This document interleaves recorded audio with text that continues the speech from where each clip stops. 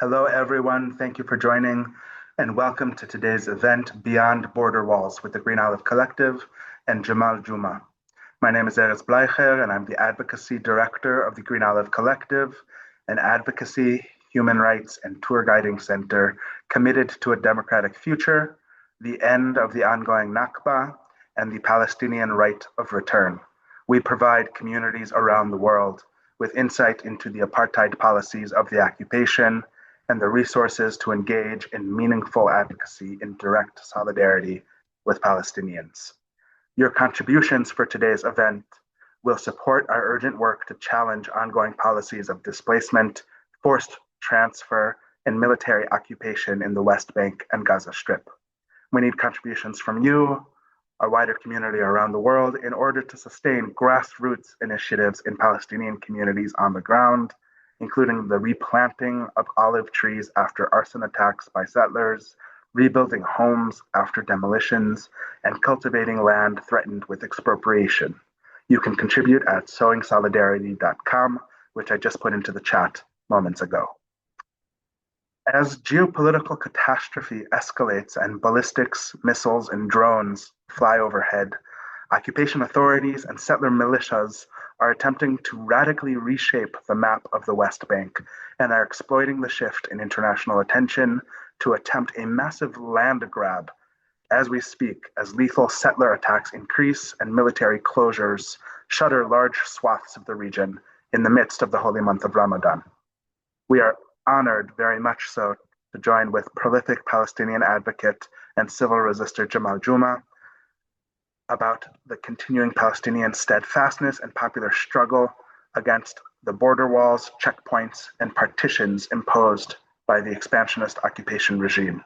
Jamal is a coordinator and founding member of the Palestinian Grassroots Anti-Apartheid Wall Campaign, Palestinian Agricultural Relief Committees, Land Defense Coalition, and a secretariat member of the Boycott National Committee, or BNC. He has been a prominent figure in Palestinian trade union and grassroots efforts against land seizure for over 2 decades, working in a variety of platforms to build an active popular movement that empowers farmers, workers, women, youth, and communities to defend their lands and build relationships of solidarity and struggle with social movements around the world. Jamal, real and earnest thanks for your joining us today, and we're so honored and excited to be in conversation and for your insights. Before I begin and pass it over to you, I just want to let everyone know that as the conversation continues, please feel free to send questions in the chat. You can send them directly to me with the word question followed by a dash or colon so I know to look for it. And hopefully, as always, we will try our best to incorporate them into a larger open conversation and Q&A at the end of today. So with that, I'll ask you, Jamal, to introduce yourself, of course. You were born, we know, to a Jerusalemite family and attended Birzeit University, but we would love for you to share more about yourself, the environment that you grew up in and that motivated you to become politically active, and the context that led you to become active in civil resistance efforts. So please, the floor is yours. Thank you, Erez. In fact, my story is like every Palestinian story, and I'm really feel not so relaxed to talk about myself in this. While I know that my story is just like a very simple story that maybe a million of Palestinians has gone through. Yes, I am from Jerusalem, from a village that is 10 kilometers east of Jerusalem. I am from a semi-Bedouin family and village where I have don't know anything about politics in my childhood. First, to be engaged in this, it was a really very difficult experience that I have been beaten by the soldiers very badly. And that was when I was 15 years old, when I was going from my village to Jerusalem. I'm talking about late 70s, not these days, So the checkpoint were there, so they get into the bus, the soldiers, and ask about the IDs. The ID, identity card, this is something you can't just like go anywhere without holding it. You have to prove yourself wherever you go as a Palestinian, as an indigenous on your land. to somebody who don't know the language, somebody who don't know from where he get to your country. So that time, and he was asking me about my ID. I told him I'm young, I don't have an ID. So he don't believe me. He told me that you are tall, stand up. Suddenly he slapped me on the face, like really just like shocked me. As normal election for somebody who has been hit in his dignity. So I punched him in the face. And that's where they took me outside the bus. That was in the morning. And I had been beaten almost the whole day. Until today, I feel their boots on my cheeks, you know. I was fully conscious. They kept beating me until some of people of my family afternoon were going back home and they saw me and they get a huge fight there and they took me back. So all what's coming in my mind is just a revenge. Why do I be why somebody will be beating me like this? What did I do? Nothing. So that the first step that has been introduced me to the politics. After that, I start participating in the demonstrations in the schools, particularly in the land day. When I get to the university, I have been engaged with political parties, became activist. And in the first Intifada in '87, I engaged in the first Intifada. I was chased for 3.5 years until Oslo came, until Madrid, in fact. When I said chased, it's not myself alone. It was a phenomenon where all the Palestinians, in fact, young people that time, have a disobedience against the laws of the occupation. So they came to arrest you and you ran away. And then you became wanted. And you became engaged in the street, in the activities in the streets all the time. So you can imagine, this is a story that happened to me, but can you imagine with people, with children, who their fathers or their mothers have been killed or beaten badly in front of them, or have their brothers has been killed, their homes has been destroyed. This is the life of the Palestinians that goes on since almost now more than 70 years. An ongoing humiliation, dehumanizing that we are facing. That's how we grow up. We grow up revoluting against this, seeking our freedom. That's the Palestinian story. We want freedom, we want equality, we want justice.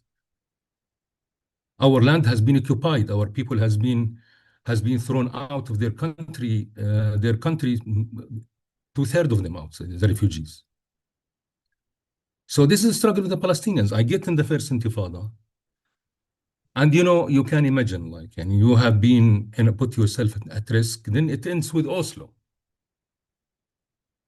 So Oslo for us, as an activist who's engaged in the street and activities, was really a shock.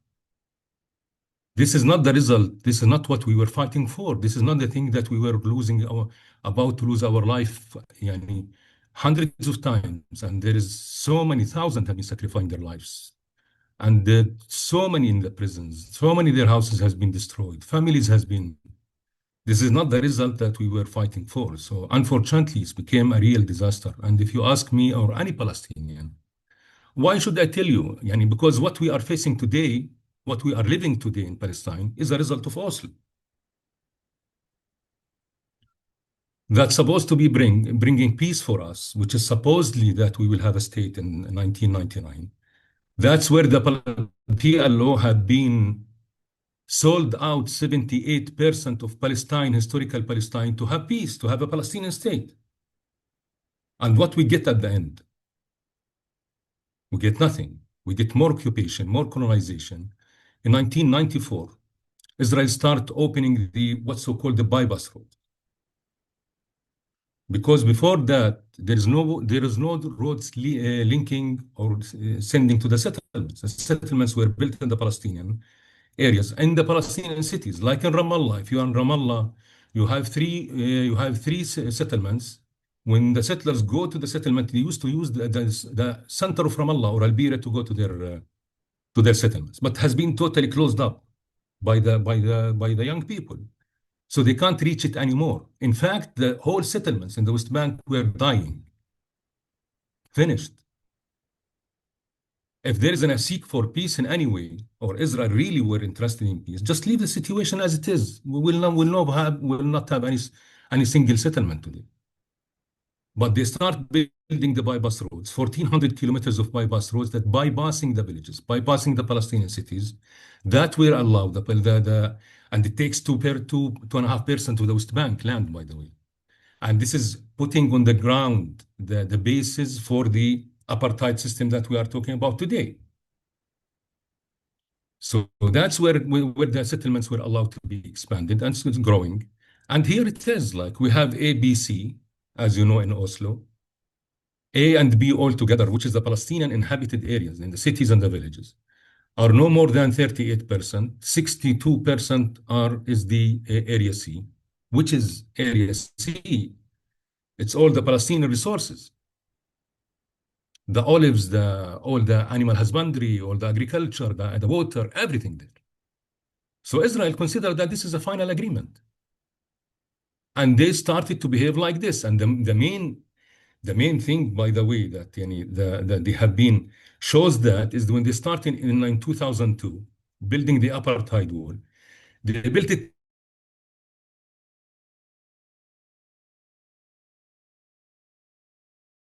had been scattered in the West Bank. So it became like isolating the Palestinians in ghettos, in isolations, fragmented from each other all over the West Bank, closed by wall, by highways, bypass roads, apartheid roads, and settlements from everywhere. And they decide that the 62% is Israel. Palestinians have no place there.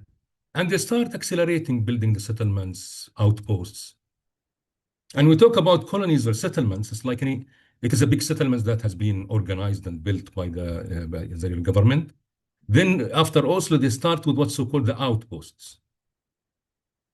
Outposts is good to go or to cheat the whole world, in fact. Like, no, we are not building settlements. This is a fanatic settlers who's occupying hills and will start putting caravans there, and it's removable.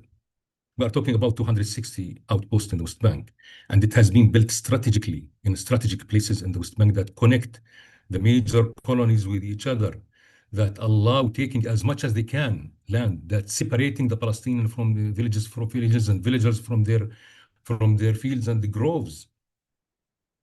And then later after that has been developed another kind of colonies, settlements, which is the pastoral. And this pastoral, it is exactly designed for the ethnic cleansing. That's what we see in the West Bank nowadays. So if you go along with all this project, I'm just going through it so quickly because it's really too much details in the middle. But in 2017, Israel felt that it's already done there with colonial project and everything is on the ground, and they want legitimacy, legalizing their colonial project in the West Bank.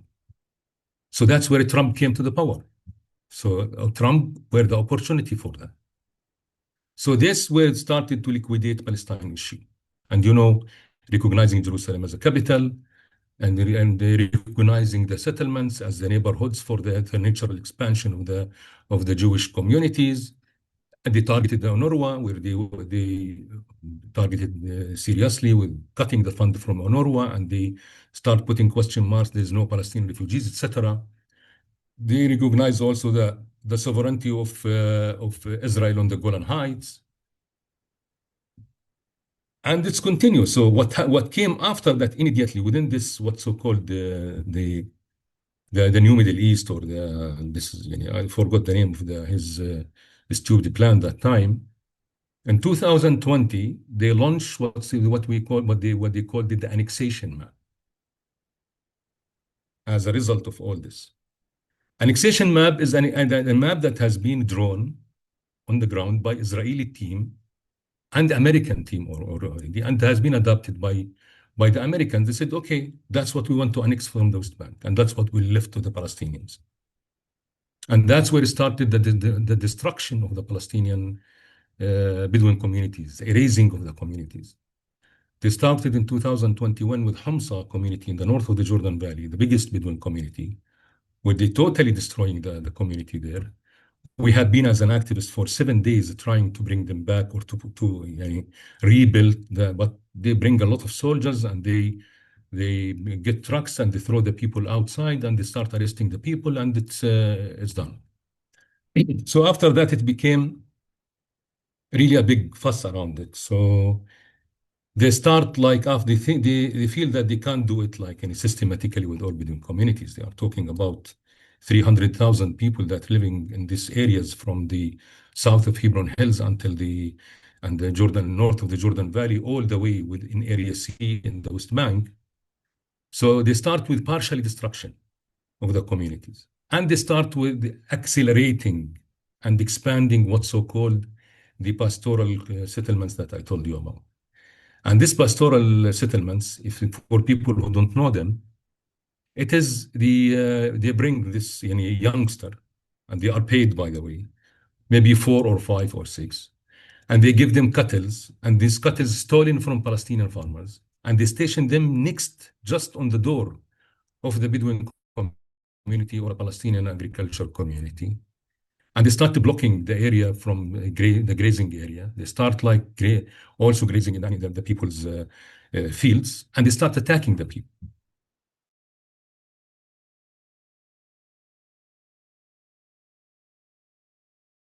Fully, there's some families has been left. They didn't afford this, but they didn't succeed. So that's where after the 7th of October, it became, they start really like an organized military militias that started attacking the Bedouin communities, shooting at them, stealing all their sheep, and also destroying their property, burning it, and they push them away, exactly like what's happened in 48.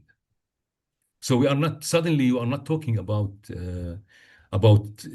fanatic settlers. It's a fascist paramilitary militias that became the spearhead of the ethnic cleansing project in the West Bank.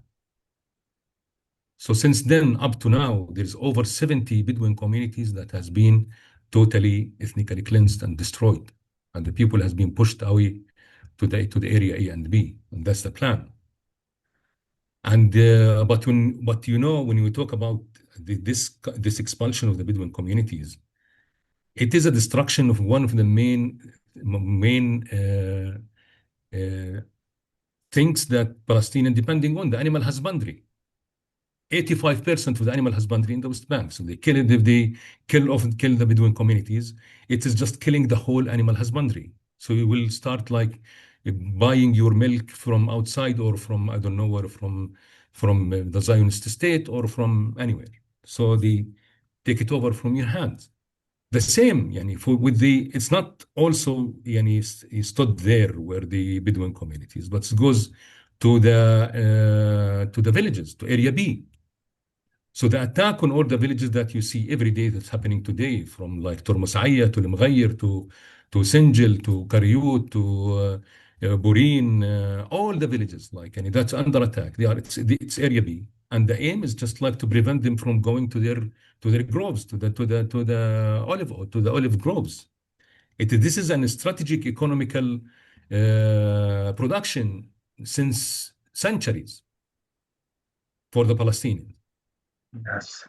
Yes. For the first time, and we have a real crisis of olive oil. And if it's continued like this, which will continue next day, we will start importing maybe from Spain, from I don't know where, importing olive oil. But just like to make a comparison before we move to another, because I know that things are just like flow with this. When I see what happened in the West Bank today, it just reminds me of what happened in Gaza. I'm not talking about genocide, just before, when they start besieging Gaza. For people who don't know, in the 70s and 80s until early 90s, Gaza used to export to the Arab world like hundreds, if not thousands, of tons of citrus and vegetables. And there is special trucks they use to lead this production from Gaza direct through Jordan. But when they block Gaza, they didn't just block Gaza. They destroy all the vegetations there. They bulldoze it. No citrus anymore. No dates. No any other production that had been left to Gaza. And that's what they are doing in the West Bank. They are stripping the Palestinians from all their resources, blocking them in this apartheid system in this ghettos, just in the populated area, which is in fact a recipe for the ethnic cleansing of the Palestinians in the villages and the cities. More than 1,200 gates in every single village today have a gate on the entrance of and it's controlled by the settlers and by the military. It means that every village is living in a prison. And the West Bank has became several open air prisons like in Gaza. Thank you, Jamal. And thank you for locating what's happening in the West Bank and the siege of the communities within a larger strategic plan and within the larger context of the ongoing Nakba, and rightly situating it in a larger continuum, also in the context of the Oslo Accords in 1993 and 4, which formally partitioned the West Bank between areas A, B, and C, and of course going into the construction of the apartheid wall and the increasing geographic and economic segregation between communities imposed by the occupation regime. I want to return to the current moment of escalating violence and siege that you described in just a bit. But first, going back, I know that coming out of participating in the first Intifada, you went on to be very involved in the trade unions. And I know that the first Intifada was a large civil society popular uprising that incorporated every facet and sector of Palestinian life, but also that the trade unions, of course, were very strong, militant, and powerful vehicles for collective action. Is that when you first became aware and engaged with the trade unions, or how did you become to be involved there?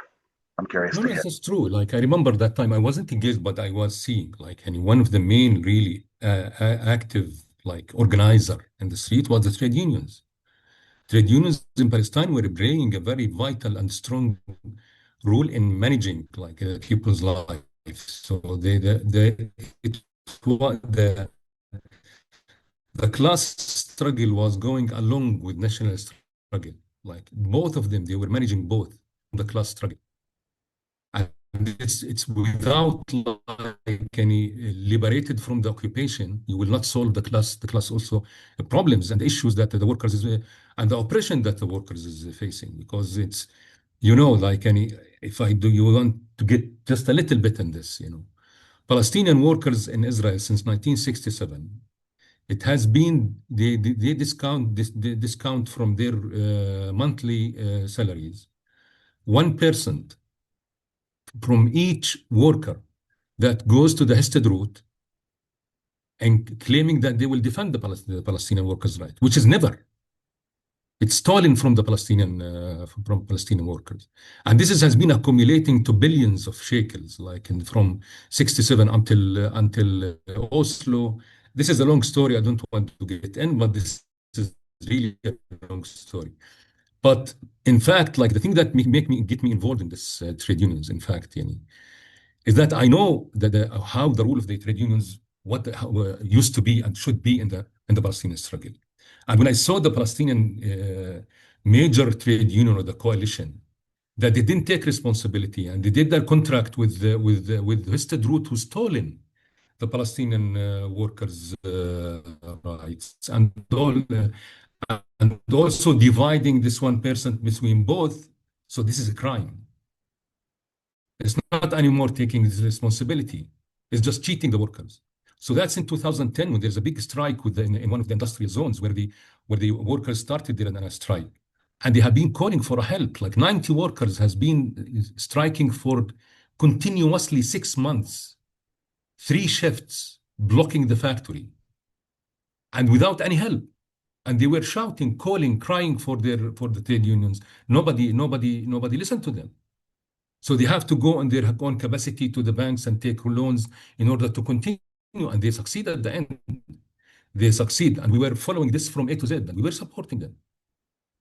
And they won the case against the factory. The factory had been collapsed. Another investor came and they get them all their rights. Then these workers came together and they said, why we should keep keep members in a union that when we are striking, they stand with us. So that's why they decide to create their own unions. And even I remember the day when they were meeting and they were, okay, what do you want to call our federation? They didn't find the name, they called it New Unions. So the Palestinian Federation of the New Unions.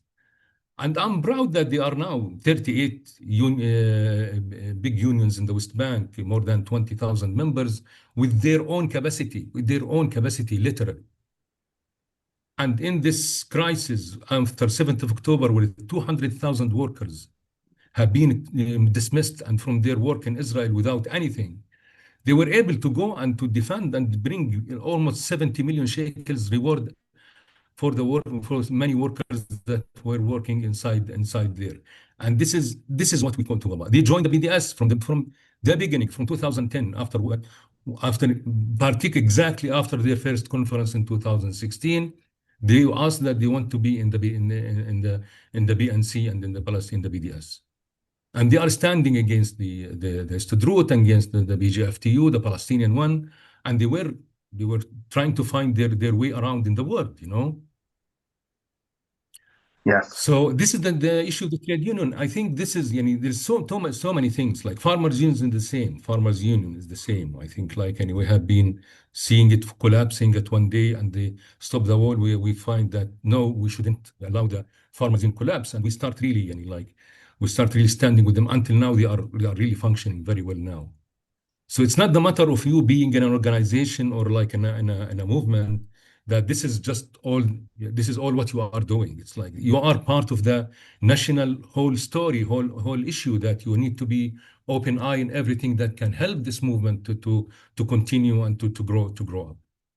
Well, kul al-ihtiram, all respect to you and others, like my colleague Mohammed Barakat of the Green Olive Collective, who's also here today, who have always focused on the experience of Palestinian workers and the Palestinian farmers as an engine of the struggle and the collective effort towards sovereignty. And along those lines, you just referenced both Stop the Wall and BDS, coming out of your efforts to defend workers and farmers and I would really, this is very interesting. How did that begin? Yeah, continue. Yeah, as a protest of Oslo, I was in the Communist Party, by the way. And when my Communist Party changed its name and became also, in fact, agree on Oslo, I quit.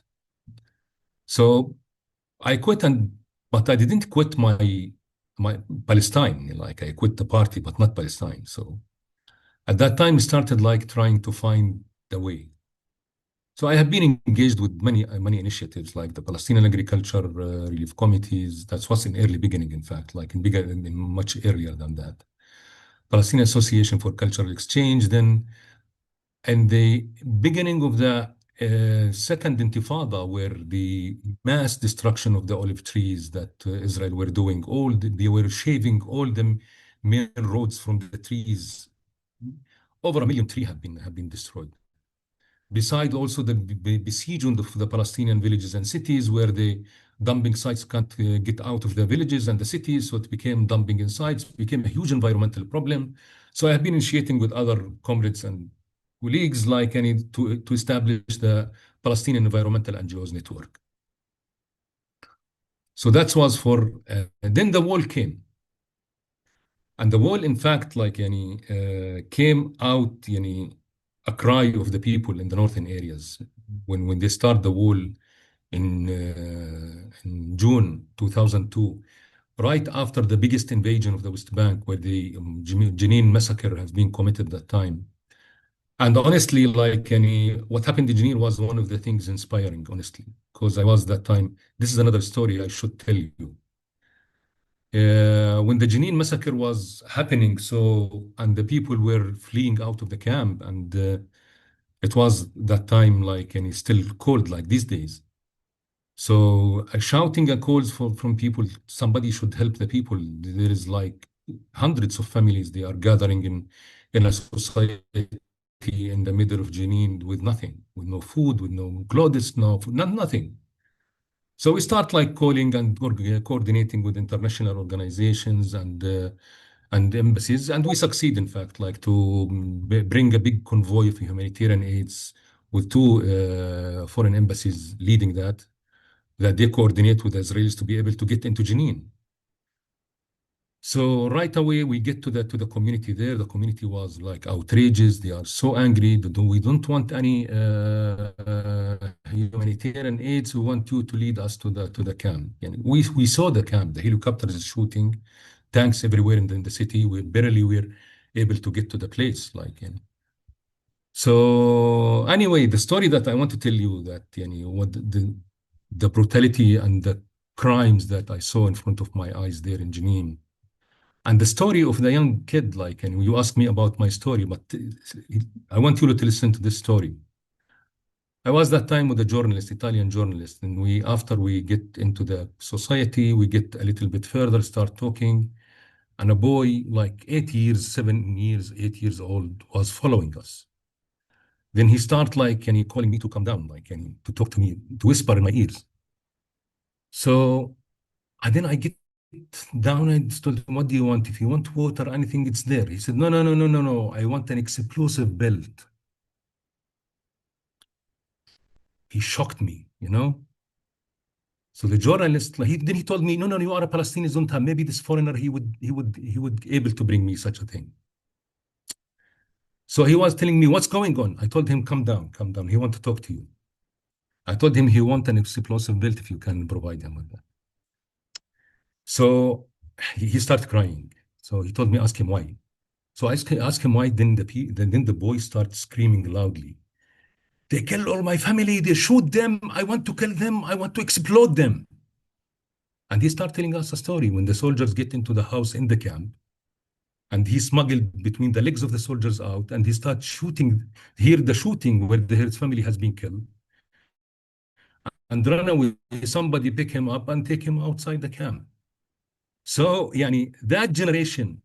I remember that time the journalist told me, this stupid Sharon that time, he think that by what he's doing is just like get rid of the Palestinian resistance. Yeah, the one who is resisting now is that generation, the generation of 8 years old boy that was like his family has been killed in front of his eyes. So after that, immediately when the farmers from the north started calling, somebody had to come to see. It was difficult to move in the West Bank. It took us from Ramallah to go to Qalqili at that time to meet the people who was gathering there in a village near Jayus. It took us 6 hours to reach there, jumping from place to another until we reached there. And the people were so angry, said there is another Nakba. That's literally what they say. There is an apartheid system, and we adapt what they are saying, and we launched the campaign since that time. And we think it's a campaign, then it's became a movement because we start organizing and start sleeping with the people in the villages there, don't go back. We start forming the popular committees, and we start marching, and that was difficult. You can't imagine that you bring the people back to march in the middle of the bloodshed in the West Bank and the tanks in the cities, to bring back again people to the civil resistance. It's not something easy, but that shows that Palestinian people know what to do in which time. So yeah, people were marching in thousands that time in Jayus and Tulkarim, in Jenin, and all that area. And in 1 year, we have 54 popular committees. We don't know what to do with ourselves. So at that time, we organized it in a regional committees, so Jenin committees. So that's where we're able to manage, and to start easy communication with the people, and to continue from that time. And we adopt that this is an apartheid world. And from the beginning, we were working in 3 directions: organizing the people in the popular resistance in the popular committees to defend themselves, to defend their communities. Then the second thing is we want to tell the people outside what's happening. After the 11th of September, the Palestinians has been classified as a terrorist organizations, the Palestinian parties. So that was a message that we want to get out to the world, to tell the world and to show by evidence who's the criminal, who's the terrorist. So that's we were built to stop the wall outside that time, and we start going outside. And as we call it, stop an apartheid wall and anti-apartheid wall campaign. So the already things that inspire us automatically is the experience of South Africa. So we start calling for BDS for boycott. And I remember in Europe, like I've been confronted by people just like they were making fun of that. Boycott, it's not for you. This is the South Africans. Like, and who is your ANC, African National Congress? To whom should we listen? To PLO, to the Palestinian Authority, to the political parties, to the popular movements? Who? And this is became like in the head, like in that, yeah, we need a Palestinian-led with consensus within the Palestinian people. That's when we start when in 2004, when the ICJ ruling get that this wall is illegal and it must be destroyed, and that's where we start massive connection with the Palestinian movement, and particularly we started at Stop the Wall with the academic boycott that was just recently started after 2001 Durban conference.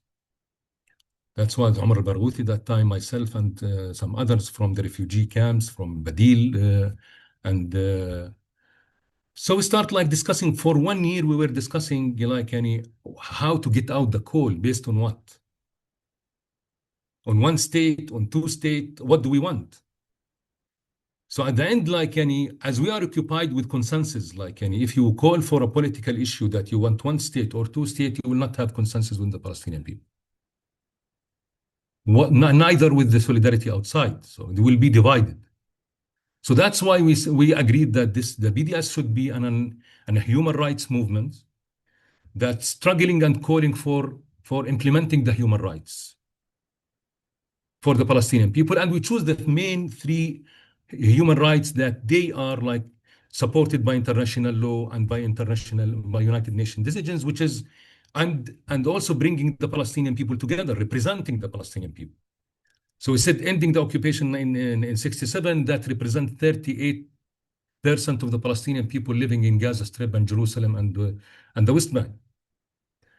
And when we talk about the ending the racial discrimination against the Palestinians inside Israel in 48, this is 12% of the Palestinian people. And the main right that we're calling for is the right of the Palestinian refugees to come back to their homeland and to their houses. That represents 50% of the Palestinian people who's outside. So this is in total 100%. So that's where we had a consensus within all the Palestinian people. When we get this like any bayan to the signatures, it has been signed massively and collectively with more than 170 bodies, not single organization. When I say bodies, it's like movements, parties, trade unions, other unions, women, youth, everybody. So everybody support this. So this is one of the secrets of the success of the BDS, that we create our ANC, the BNC. And that's where we continue like any firmly and like steadily. We've just like any, we just make a model for the Palestinian leadership. We don't have like a master in the BDS or a president. We have a body of coordinating committee of 11 members. We take our decisions in consensus, and we deal with our colleagues, committees, supporters outside BDS committees, like any like decentralizing, respect their spaces, and we after that we start having coordinators in every district. We are now in 120 countries around the globe, and this has became like one global vibrant movement, anti-apartheid movement around the world. One of the biggest movements, let's say, around the world that based centrally on equality and freedom and justice. And it's continue, and we saw the reaction of the Israelis, that they put it in the file of the BDS has been put in next to the Iranian nuclear bomb with the strategic Ministry of the Strategy in Israel. And they start spending millions of dollars, like just like to fighting the BDS, trying to impact the the parliament, legislations to criminalize the BDS activists, but it's winning. And we saw what's happening lately in the genocide that's still going on in Gaza, by the way. We didn't talk about it yet. Yes, not yet, but we should shortly. The BDS movement, of course, just marked 20 years since 2006 and its advent, its founding, and as you note, of course, has become one of the driving forces of the global movement for Palestinian liberation and a central actor in the shaping of the terrain of international struggle. As it marks its 20 years, as someone who's been present and involved and an active participant since its founding, I'm curious for any thoughts or reflections you have about the role of BDS now in this critical and urgent moment and how you're thinking and orienting towards its role in the world and in the movement. Yeah, we saw the BDS how it's growing especially in the reactions of the big crimes that Israel committing, like the major attacks on Gaza that was happening. What the BDS did, in fact, it has been totally peeled the Israeli ugly face. That trying to present itself to the world that is the only democracy in the Middle East. This Zionist regime that has been since its establishment, that has been built on massacres and killing and chasing the Palestinians. This is a settler colonial project that didn't rest it. Just continue since 48 up to now. With the main goal is just to ethnically cleanse this place from its indigenous people. And they think what they did when they start the ethnic cleansing and the genocide in Gaza, they are accomplishing what they started in 1948. And that's what's still in their mind, still going on. The genocide in Gaza didn't finish. Still, the disaster in the Gaza is beyond the imagination of the people. But we saw how Israel became a pariah state. Israel is not anymore cheating, and they know that. They can't cheat the world anymore. Even in the United States, and this is the biggest thing that happening to the biggest thing that scared them even. How the public opinion in the United States is changing. Mamdani to be the mayor of New York, by the way, it is a result of the blood of Gaza and the Palestinians. It's a result of the weakness of the people, and that's going on. So that's what we are. That's what the BDS is doing. The revolution of the university in the United States. It's true. It's oppressed, but it doesn't mean that its oppressed is finished.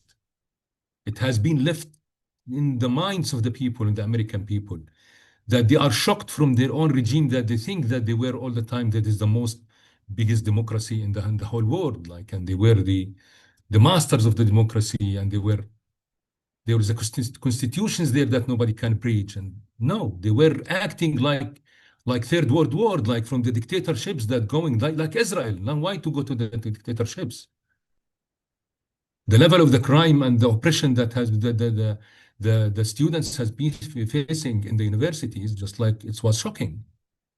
And this is the reality of the imperialism. And it's continued. They are not resting. They are not surrendering. No, they are continuing.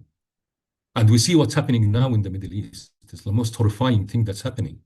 And honestly, we as Palestinians, and I think it's about the whole world, we are living, all of us now, and this moment, we are living in one of the most frightening and critical moments in the world's history. Because it's changing now. Either the imperialism is going to be dominating again, or it will be defeated. And if it is defeated, it means that we are the Palestinians will be liberated. Likewise, many others around the world, from Latin America to Africa to everywhere. So here, it's a fight here. So all our hearts, it has been hanged with every single minute with the development that was happening in the Middle East now. And in this war, particularly the criminal war that has been launched on Iran and the region. And all the Gulf has been discovered, and shocked from how America had dealt with them. They take out all the anti-missile crime from their countries and send it to Israel, and they left them without nothing. They left their capitals and their shores to be bombed. Like, but all the Americans bombed. All the Americans' bases has been bombed in the Middle East, and that's like it's one of the good things that happened. So still, we will see what will happen. But yani, this is really one of the very like any sensitive moments that we are living, and all of our minds and hearts should be there. And like we need, I don't know what we can do, but like any people has to start moving back to the streets again to stop this war. So the anti-war movement, the people have to go to the streets everywhere. We need to stop these massacres. We need to stop this huge crime against humanity that's happening. And it will reflect on all of us everywhere. We can't sit as the people watching. And I really believe that that's what was happening from all demonstrations that was happening during the middle of the genocide in Gaza. It should continue. People should go back to the streets to say their words to all these criminals, the real criminals that destroy the international law.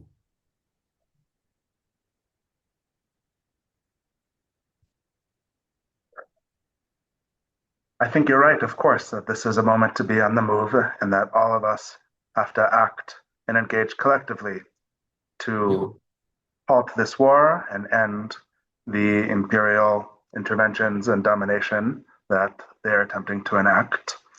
And I also think, of course, you're right that over the last decades, BDS and the larger popular struggle has created a consensus on the ground around fundamental rights, but also a moral consensus that's growing in the world.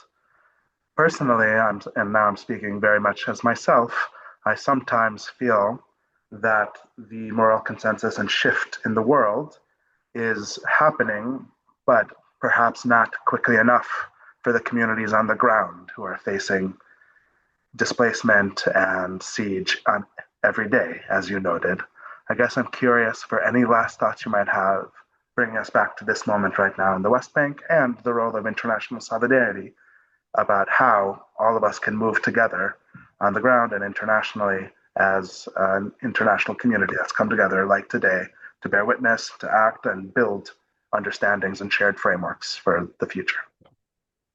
Yeah, I think, as I said earlier, like, we are facing the Palestinians one of the most sensitive moments in our life and history, in fact, where we see that this settler colonial project that's going so fast in the genocide in Gaza and still continue in Gaza. We shouldn't leave Gaza alone.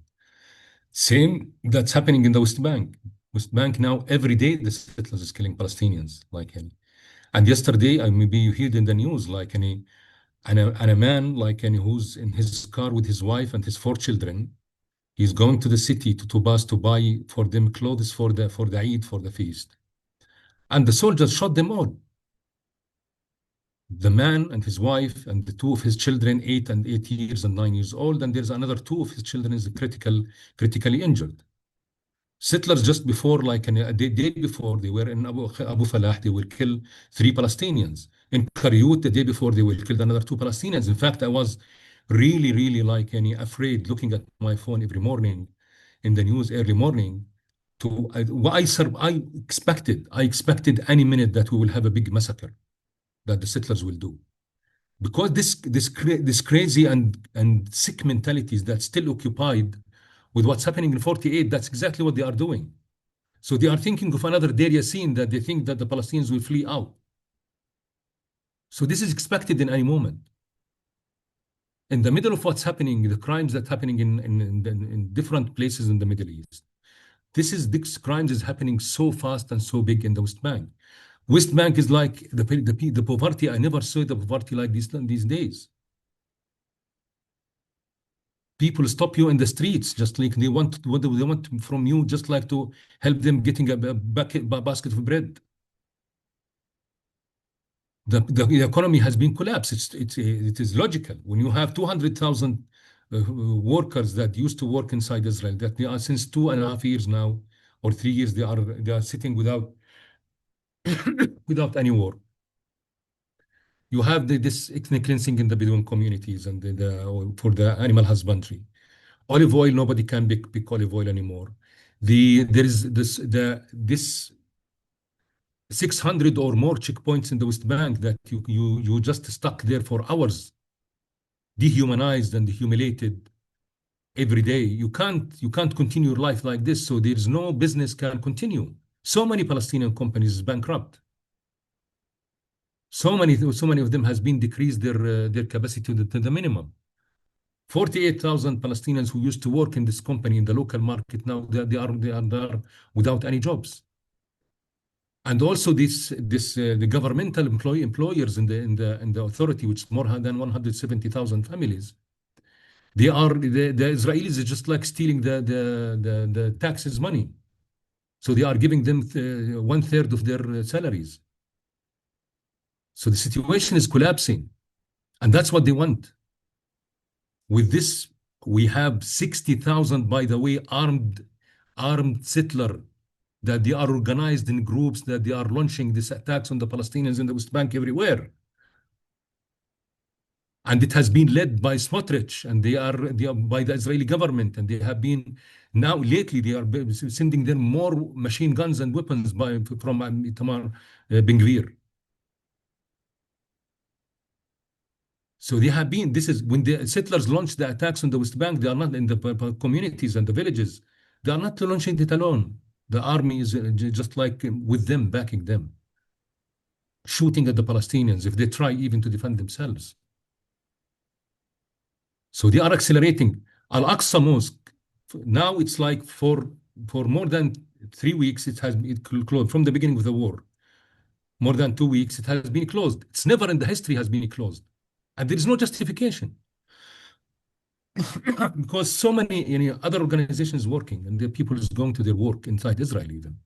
Why to close the Al-Aqsa Mosque? Because they want to take it over. Like what they did in the Hebrew Mosque in Hebron. So their crimes is continue. Their pressure on the Palestinians continue. Like that's why I think this amazing movement that started with the genocide in Gaza and the people in the streets, it needs to be like much more organized and get back to the streets again. It's not just for the Palestinians, by the way, and this is what we want the people to understand around the world. Like, people everywhere is going to suffer from all these wars, from all these crimes. Is not going to stand there in Palestine or on the Gulf or in the Iran. Everybody will be fighted in his food, in his gas, in everything in his life. If we left these powers to continue to destroy the world that they are doing, they return the whole world into a jungle. Yes, I think it's very powerful and necessary and urgent to understand the ways that what's happening to Palestinians and what's happening in this region is a linchpin of larger structures of profiteering and war and geopolitical domination. And we have to act collectively to end the ongoing Nakba and achieve justice here. And it's part and parcel of movements for freedom and justice around the world. Unfortunately, very unfortunately, we're nearing the end of our time for today. But I guess I'm curious to ask you, as we're closing, for any last thoughts about how people can move and any last calls you would make to a community of people like this that's gathered across borders. And I think that one thing that occupation authorities and Trump and others want is to cut off, of course, Palestinians from each other and place Palestinians in physical cantons, but also to cut off Palestinians from the world, from channels of grassroots and diplomatic solidarity and intervention and support, and to have both physical and imaginative cantons. And we're gathering here today as part of efforts to breach those walls of discourse and imagination and also act concretely and tangibly for justice.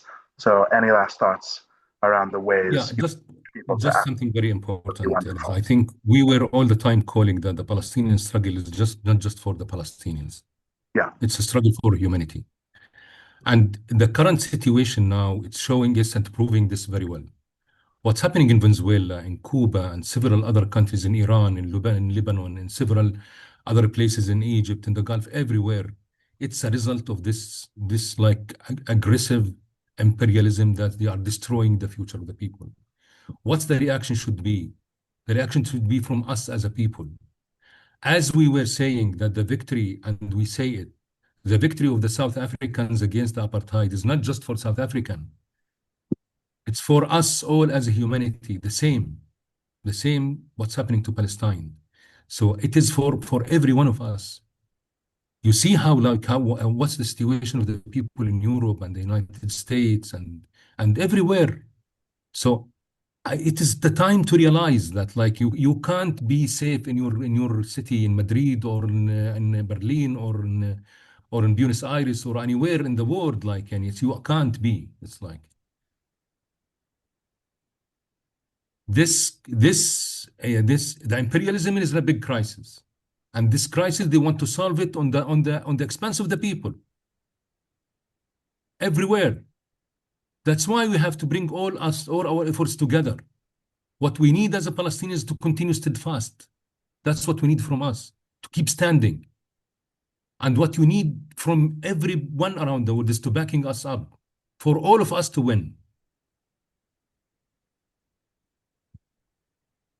thank you, Jamal. I can't Thank think of you. a better way to end than that. Did you have a last thought I cut you off from saying? No, that's it. Shukran, endless thanks.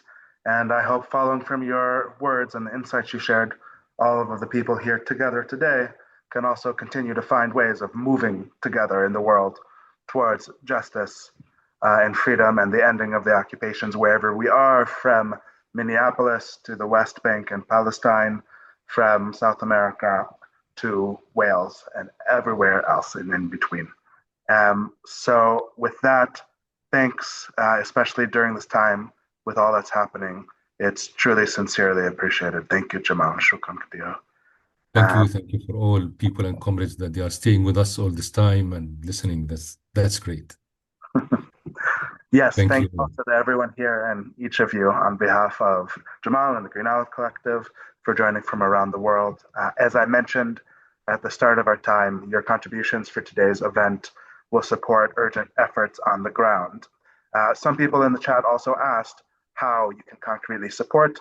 I think that, as Jamal pointed to, one crucial aspect is being in the streets around the world to halt this That's right. current war and imperial interventions. There's joining local advocacy and solidarity initiatives and BDS organizing to divest from human rights violations of different kinds. And through the Green Olive Collective, specifically for those who want to become involved, there are also ways, as we're divesting from human rights violations, to invest in the work of human rights defenders on the ground. I think of it as the other side of the flip coin. So for those who want to join the Green Olive Solidarity Network, we have a growing network with chapters around the world. People can join as individuals or as chapters to join every month monthly Solidarity Network meetings to meet with civil resistors and Palestinian human rights defenders like Jamal and hear directly calls to actions and emergency updates. You can find more information in the chat where I've just placed it. And if you want to contribute to funds towards agricultural projects in rural communities in the West Bank and to support Palestinian farmers through efforts like replanting olive trees destroyed by settlers during arson attacks, thousands of trees are destroyed every year, towards honeybee farms, which are going to be built in the next month as we head into spring. It's a time to rehabilitate and build honeybee farms in the Jordan Valley, in Masafayata, in villages throughout Area C. So you can contribute to the Green Olive Fund through the link that I sent in the chat. And please do reach out if you are looking for more information and more practical ways to connect and build direct relationships and act in solidarity with Palestinian communities on the ground. And of course, if you would like to join on the ground to meet with community advocates and human rights defenders like Jamal. Everyone is welcome to join our upcoming tours and solidarity missions, advancing solidarity across borders. And you can find more on our website, greenolivetours.com, or of course, reach out to have more information and join with community advocates in Jerusalem, Bethlehem, Jaffa, Haifa, Nablus, and throughout the region. And with that, thank you again, Jamal. Much appreciated. May you have a quiet, peaceful night. Shukran. And everyone here, we hope you have good days, and we're sending support to all of you calling for justice around the world. We'll send a recording to everyone here tomorrow, and we hope to see you at upcoming events. Stay tuned for calls to actions and campaigns, and talk very soon. Much thanks. Masalam. Bye,